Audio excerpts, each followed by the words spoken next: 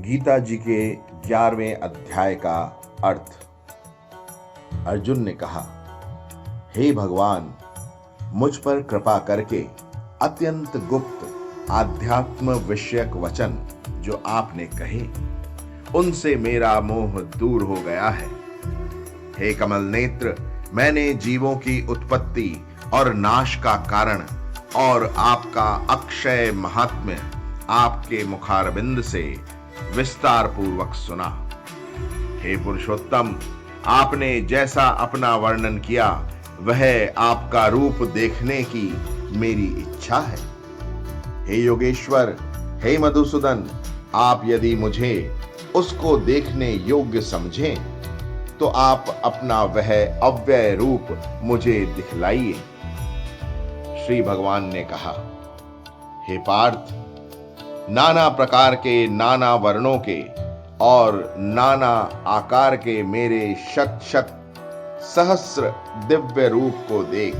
हे भारत, तुम वसु, रुद्र, अश्वनी कुमार, मरुदगण और पहले कभी न देखे थे ऐसे आश्चर्य देखो।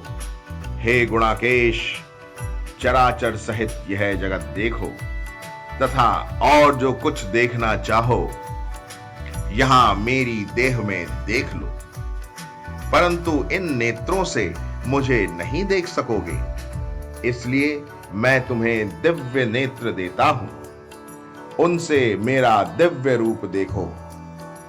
संजय ने धृतराष्ट्र से कहा कि हे राजन, इस प्रकार श्री कृष्ण जी ने अर्जुन से कहा और उसको दिव्य दृष्टि देकर अपना अलौकिक रूप दिखलाया। उस विश्व रूप के अनेक मुख और अनेक नेत्र थे, उनमें अनेक अद्भुत द्रव्य थे। देह पर दिव्य दिव्य वस्त्र, दिव्य गंध शरीर पर लगे थे। उस समस्त आश्चर्यमय अनंत देव के सब ओर मुख दिखाई देते थे। आकाश में यदि हजारों सूर्यों की प्रभा एक साथ हो तो उस महात्मा की प्रभा की समानता न कर सकेगी। उस समय अर्जुन ने देवादिदेव के शरीर में अनेक प्रकार से विमल इस समस्त जगत को एकत्रित देखा। तब अर्जुन आश्चर्य से चकित हो गया, उसका शरीर रोमांचित हो गया। उसने शीश नवाकर हाथ जोड़कर कहा, हे देव, तुम्हारी देह में सब देव, भिन्न भिन्न प्राणियों के समुदाय, कमलासन पर बैठे हुए देवताओं के ईश ब्रह्मा, संपूर्ण ऋषि और दिव्य सर्पों को मैं देखता हूं। हे विश्वेश्वर, तुम्हारे अनेक भुजा, अनेक उदर, अनेक मुख, अनेक नेत्र हैं। तुम्हारा रूप अनंत है, तुम्हारे अंत तथा आदि को नहीं देखता, किंतु समस्त विश्व में तुम्हारा ही रूप देखता हूं। तुमको किरीट युक्त गदा, चक्रधारे, चारों ओर से दैदीप्यमान तेजो राशि, सर्वत्र चमकते हुए अग्नि तथा सूर्य की भांति प्रकाशवान, दुर्भिक्ष और अपरंपार देख रहा हूं।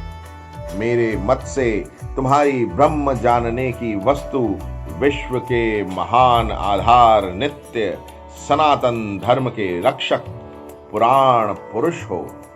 मैं आपको आदि, मध्य तथा अंत से रहित, अनंत शक्ति, अनंत भुज, चंद्र सूर्य है नेत्र जिसके, ऐसे कांतिमान अग्नि के सदृश मुख वाला, अपने तेज से इस संपूर्ण संसार को तपते हुए देख रहा हूं। हे महात्मन, पृथ्वी और आकाश के मध्य का वह अनंत और संपूर्ण दिशाएं आपसे ही व्याप्त हो रही हैं। आपका यह अद्भुत और उग्र रूप देख तीनों लोक व्यथित हो रहे हैं। यह देखो, देवताओं के समूह तुम्हारी शरण आ रहे हैं। उनमें कितने ही भयभीत होकर हाथ जोड़ आपकी प्रार्थना कर रहे हैं। महर्षियों और सिद्धों का समूह स्वास्तिक कहकर नाना प्रकार से आपकी प्रशंसा कर रहा है। रुद्र, आदित्य, वसु, साध्य, विश्वदेव, अश्वनी, मारुत, पितर, गंधर्व, यक्ष, असुर, सिद्ध इनके संग विस्मित होकर आपकी ओर टकटकी लगाकर देख रहे हैं। हे महाबाहो, अनेक नेत्र, अनेक बाहु, अनेक जांघ, अनेक पेट, कराल दंत युक्त आपका यह विशाल रूप देख सब अत्यंत भयभीत हो रहे हैं और मैं भी घबरा रहा हूं। आकाश तक पहुंचे हुए आपके प्रकाशमान अनेक वर्षों से फैलाए हुए मुख के जलने वाले विशाल नेत्र युक्त तुमको देख हे विष्णु मेरा जी घबरा रहा है। मुझसे धैर्य धरा नहीं जाता और चित्त स्थिर नहीं होता। हे देवेश, हे जगन्निवास, इस भयंकर दाढ़ों वाले और कालाग्नि के सदृश आपके मुखों को देखकर मुझे दिशा नहीं सूझती, मैं शांति नहीं पाता। अतएव मुझ पर दया करो। धृतराष्ट्र के दुर्योधन आदि पुत्र अपने साथ अनेक राजाओं सहित और भीष्म, द्रोण और कर्ण तथा हमारी ओर से मुख्य मुख्य योद्धा बड़ी बड़ी दाढ़ों से युक्त विकराल आपके मुख में शीघ्रता से प्रवेश कर रहे हैं और उनमें कितने लोग आपके दांतों में दबकर ऐसे दिखाई देते हैं मानो उनका शरीर चूर्ण हो गया है। जैसे नदियों की अनेक जलधाराएं जब समुद्र की ओर बहती हैं, वैसे ही ये मनुष्य लोक के वीर आपके प्रज्वलित मुखों में प्रवेश कर रहे हैं। अग्नि में पतंगे जैसे गिरते यह सब लोग भी अपने नाश के लिए आपके मुख में बड़ी तेजी से प्रवेश कर रहे हैं। हे विष्णु, जलते हुए मुखों के चारों ओर से सब वीरों को निगलकर आप जीभ चाट रहे हैं। आपकी तीक्ष्ण प्रभाएं समस्त संसार को तेज से व्याप्त कर तृप्त कर रही हैं। यह भयानक रूपधारी कौन है, यह मुझसे कहो। हे देवेश्वर, आपको नमस्कार है, मुझ पर आप प्रसन्न हो। हे जगतकर्ता आदि पुरुष, आपको जानने की मैं इच्छा रखता हूँ, क्योंकि आपकी यह प्रवृत्ति मेरी समझ में नहीं आती। श्री भगवान बोले, संसार का नाश करने वाला मैं उग्र काल हूं, समस्त जनों का संहार करने के लिए आया हूं। तुम्हारे युद्ध न करने पर भी ये वीर जीवित न रह सकेंगे।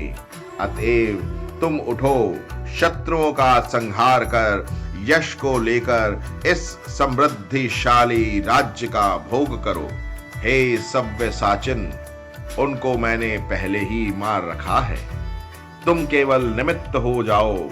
मेरे मारे हुए द्रोण, भीष्म, जयद्रथ, कर्ण और अन्य योद्धाओं को मारो। घबराओ मत, युद्ध करो, तुम संग्राम में शत्रुओं को जीतोगे। संजय ने कहा। इस प्रकार श्री कृष्ण जी के वचन सुन मुकुटधारी अर्जुन हाथ जोड़कर कंपित और भयभीत हुए साष्टांग प्रणाम कर नम्रता पूर्वक बोले, हे ऋषिकेश, आपके गुणगान करने से सब संसार प्रसन्न और प्रेम मग्न हो रहा है। राक्षस डरकर दिशाओं की ओर भागते हैं और सिद्ध पुरुष आपको नमस्कार करते हैं।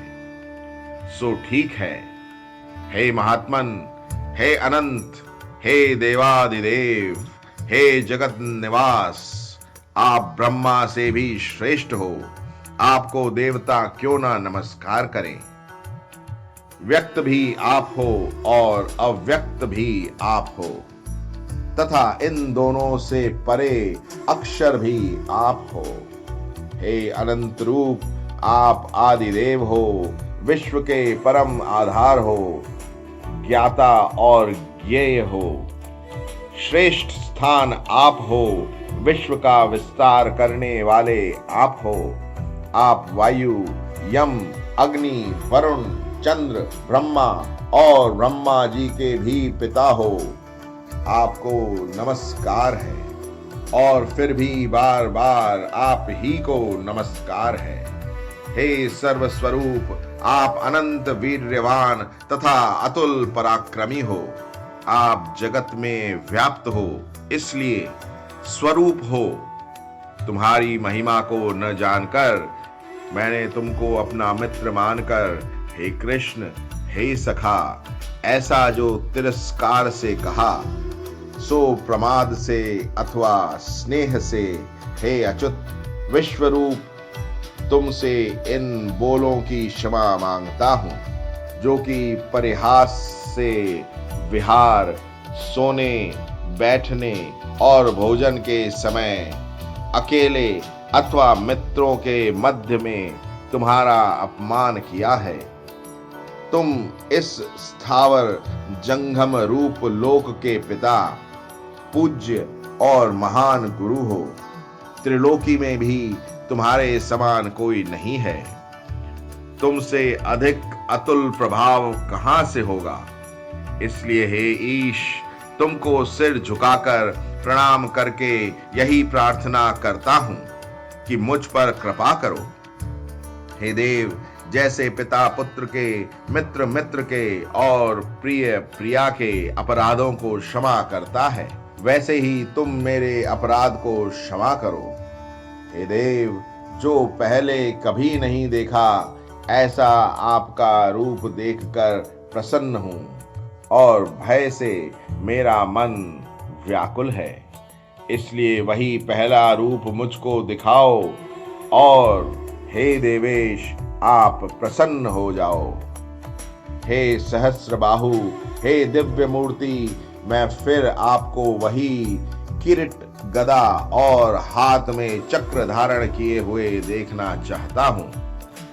श्री कृष्ण भगवान ने कहा, हे अर्जुन, मैंने प्रसन्न होकर यह तेजोमय अनंत आग और विश्व रूप अपने योग के प्रभाव से तुमको दिखलाया है, जिसको तुम्हारे अतिरिक्त इससे पहले किसी ने नहीं देखा था।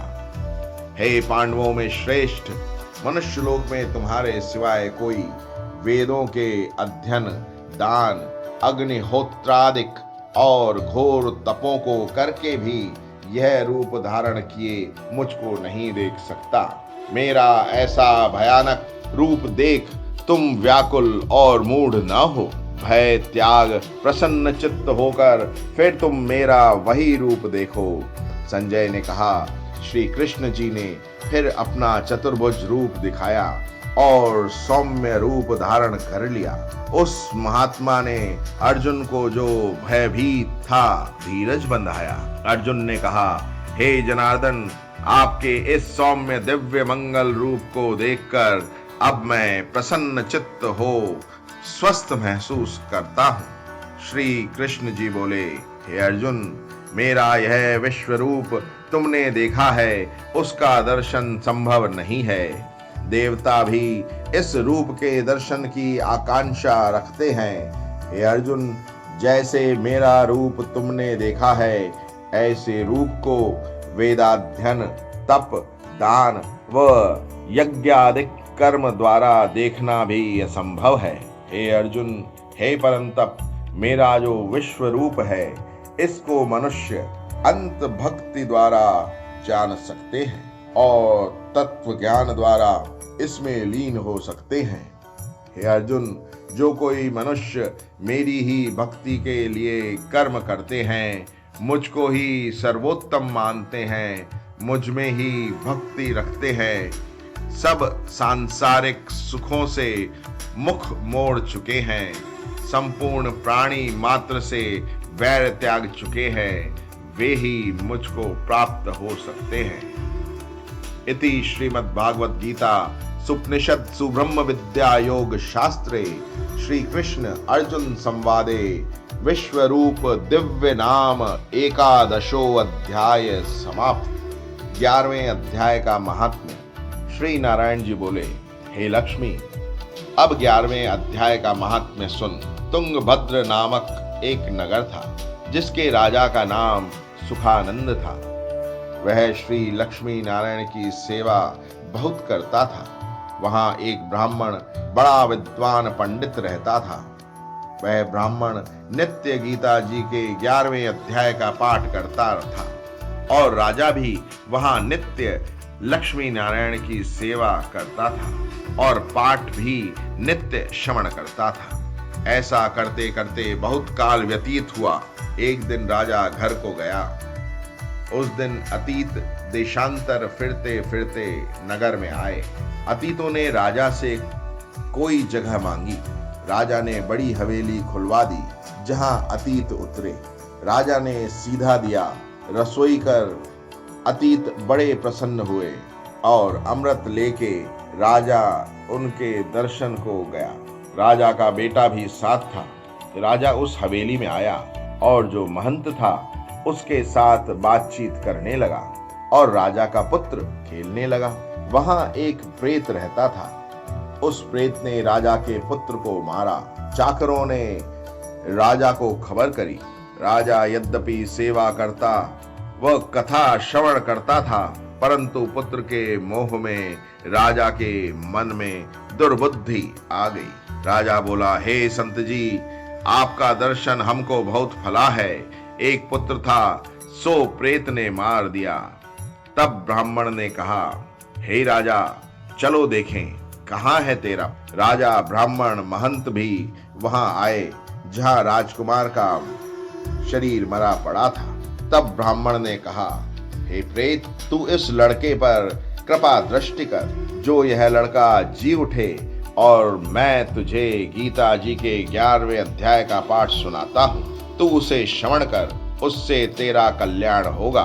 विप्र ने गीता के 11वें अध्याय का पाठ किया और प्रेत पर जल छिड़क कर तत्काल प्रेत की योनि से छूटकर देव देही पाई और राजा का पुत्र उठ खड़ा हुआ। प्रेत श्याम सुंदर चतुर्भुज रूप होके खड़ा हो गया। स्वर्ग से विमान आए, उनमें चला गया। ओम नमः इति।